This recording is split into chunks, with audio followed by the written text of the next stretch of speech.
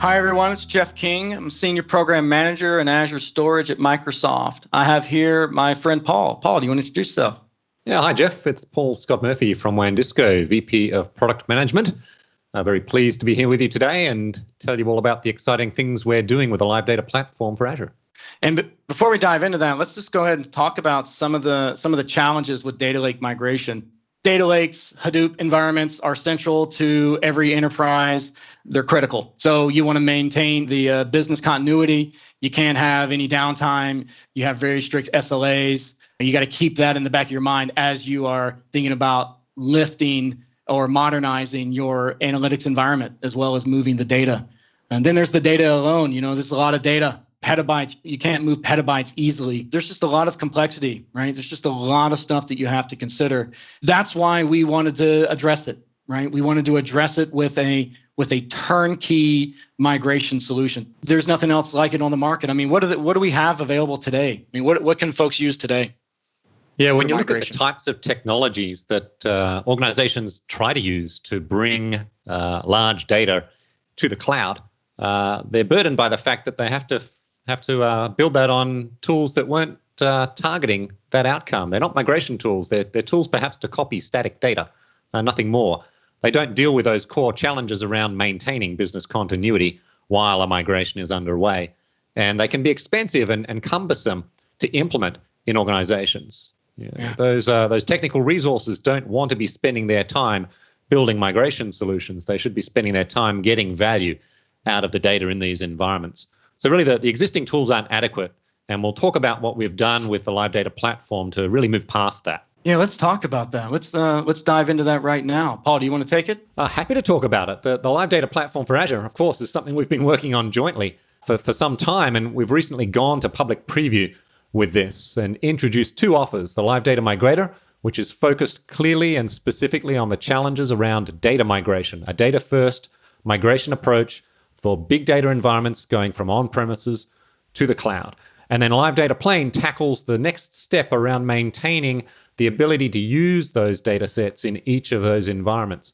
Bringing those two solutions together under a single platform that's implemented and available as a native Azure resource is really what we've done. This is going to be something where, as you are building and migrating and modernizing all that, you're going to be able to watch and monitor and control your migration through the same Azure portal, using the same Azure CLI and tooling that you use today to manage the rest of your Azure estate.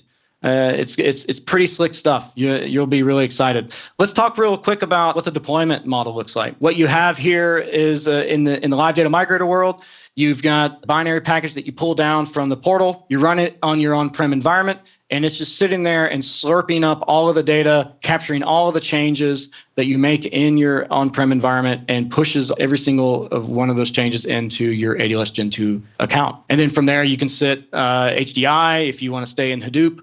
You can also run Databricks. Every Azure data service that's available today supports AWS Gen 2. So once you get the data in Gen 2, you're golden. You can build out whatever you need from that point on. LiveData Plain is similar to LiveData Migrator, except for the fact that since you need that active consistency, you need to have an instance of LiveData Plain running in every environment that you need to have active consistency.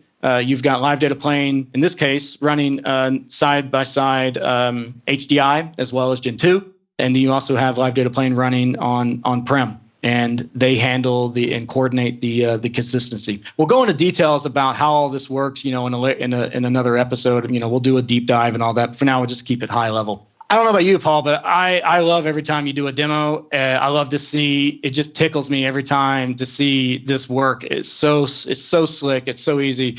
Can you not just do it for me, but just do it for the audience as well? Can you show them how this works? Yeah, absolutely. We've put a lot of effort, of course, into making sure that the solution, particularly around cloud migration, is as turnkey as possible. So the process starts from the Azure portal, where a user interacts with it as they normally would. They will search for the LiveData Migrator solution and deploy an instance of this resource type directly in their Azure environment. The process they're following there is exactly like deploying any other Azure resource. You choose the resource group to which it's deployed, the region. You'll give this instance of this component we call a migrator a name, and you make a choice at that point about what type of on-premises deployment you'll need to have that run alongside your Hadoop environment. You'll follow through the same process of assigning metadata like tags to the migrator instance. The validation will take place to ensure that the information you're providing will result in a successful deployment of the resources, and you'll click Create in order to create an instance of the migrator that is going to run in your Azure subscription. The deployment of that is entirely automatic and leaves you with a deployed migrator instance to give you the opportunity to download the component that you'll then deploy alongside your on-premises environment to continue with the actual migration of data. Paul, that's really awesome, man. How do I, like, if I want to pick, like, if maybe I don't want to migrate my entire file system, maybe there's only a certain set of directories or subfolders or certain areas or certain data sets that I want to migrate. Can I do all of that as well in the portal? Yeah, the process takes advantage of this tight integration with Azure so that the user can control and select the data they want to migrate entirely from the Azure portal. The way they go through that, I can show you right now. You identify the data that you want to migrate, and you create that in the form of what we call a migration. To get to that point, though, you need to first define where your data will reside in Azure. You create what we call a target. You give it a name. You select the Gen 2 storage account and the storage container within that to which your data need to be migrated. And again, this is just like creating any other type of Azure resource. So you'd assign the same sort of metadata, perhaps an owner, review and create that target definition. And having completed that, you've just defined where your data will be migrated to. With the target in place, once that deployment is complete, the next step is in creating what we call a migration.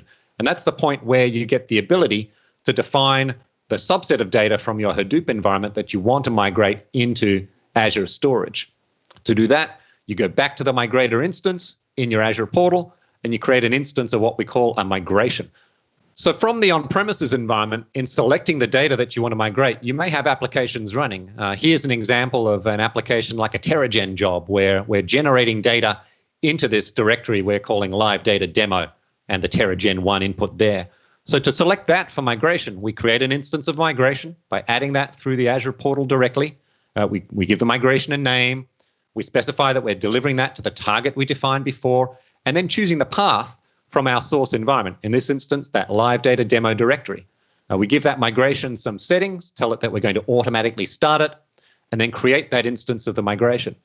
Once that's created, that's everything the user needs to do to have those data that are continuing to be generated or modified in the Hadoop environment on premises migrated into their Azure storage.